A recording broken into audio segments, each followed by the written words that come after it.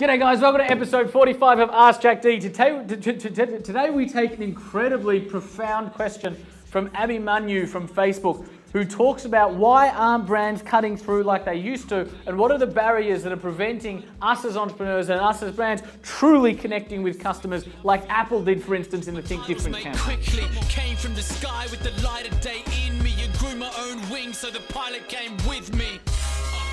I'm here doing God's G'day guys, welcome to episode 45 of Ask Jack D. Today we are taking a question from the floor of Facebook from Abhimanyu, who asks, Jack, in today's world, why don't we see breathtaking, head-turning marketing campaigns, commercials like Apple's Think Different campaign?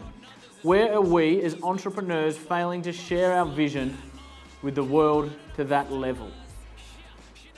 That is a freaking awesome question. That is Abhimanyu, I love that question. Okay, here's the problem. We have a business world that is obsessed with professionalism, right? Saying the right things, wearing the right suits, moving in the fucking same way, quoting the right book. Like, it's all so manufactured, surface level plastic, right? That's why I called my book Unprofessional. Rosie, do we have a copy of Unprofessional anywhere?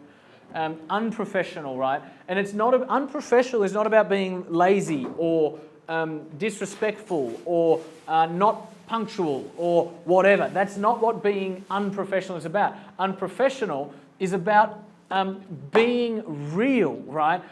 If you look at the individuals or the brands that resonate with who we are as human beings, that cut through the noise of the usual marketing or business jargon that goes on in the professional world, they're brands and they're individuals that are real, right? Steve Jobs was substantially different to every other CEO you've ever seen. Richard Branson is substantially different to every other entrepreneur you've ever seen, right? He spent 6 months of his life on Necker. He's walking around literally in board shorts. He'll abseil from buildings. If they're launching a product, he'll go down to Bondi with a surfboard and a whole bunch of really vibrant people. They're doing stuff that is uniquely aligned with who they are. They're doing stuff that is uniquely different, and they're owning that, right? In 2015, you are more in danger of being too bland and too beige than actually standing out, right? But what we tend to do as entrepreneurs, and it's, if you look at people who speak on stage, for example, is a really good metaphor for what happens when we go out into the marketplace. What usually happens to most people when they step on stage or get in front of the camera? What usually happens to their personality? It goes vroom, and it shrinks because we start to become who we think the audience wants us to become, right? The biggest aha moment anybody can have around this is that the audience, all they want you to be is you. What makes us different makes us brilliant. What makes us different is what makes us stand out. The flaws and the insecurities and the shortcomings that we try and hide from everybody else are the exact ingredients that other people will connect to, are the exact things that will make you more likable and the exact things that make you more relatable, right? People say, Jack, why do you swear on stage or why do you swear on camera? Because I swear off stage and because I swear off camera, right? Who I am here is who I am when Gresho shuts his camera. I'll be the exact same person, right? You can't produce content as fast and as efficiently and as effectively as we do.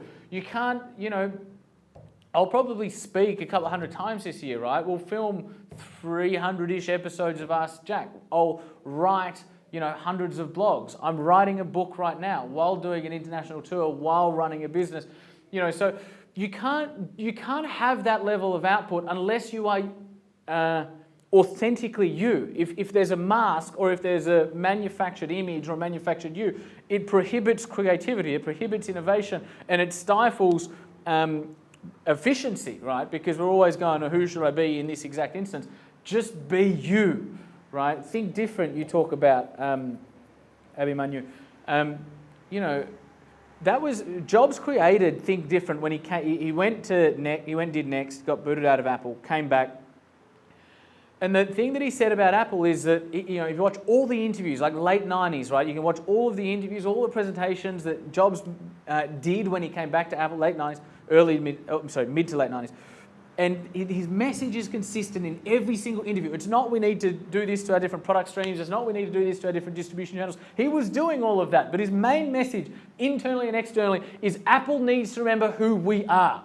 right? Apple needs to remember who we are. There is a spirit to Apple, and that's what we need to come back to. Jobs came back to Apple, and they'd created a museum about everything they'd done in the past. Jobs said, Apple isn't an organization that looks back. We obsess about the future so that we can better deliver products that make our customers go well. We obsess about 5, 10 years from now, not what we used to do. So shut down the museum, right? So the reason why you don't see brands cutting through like what Apple did with Think Different, for instance, is because there is a lack of self-awareness at an individual level and at an organizational level. If you get clear on your vision, get clear on your mission, get clear on your values, and be bold, right? Be brave. Be brave to be vulnerable. Be authentically you. And in doing that, you will connect. It's just a game. Fuck, everybody's human, right? People are people. Everybody's human. Your consumers are human beings. The investors that you want to go after are human beings. The people you're marketing to right now are human beings. The people that are watching and reading your content right now are human beings. So speak to their heart, right? Jobs said marketing is values.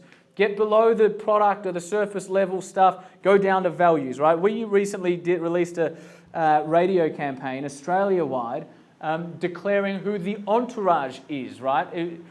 Actually, Chase filmed some of that and me recording it in the booth at Today FM. Forgive the quality of the footage, it was recorded on an iPhone. But listen to what I'm saying that was going to go, and it currently is, going on the airwaves all across Australia. Gresha, let that roll now.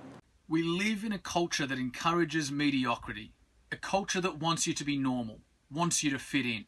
We stand for those who don't, those who dream of things that never were, the entrepreneurs who forge their own path in life.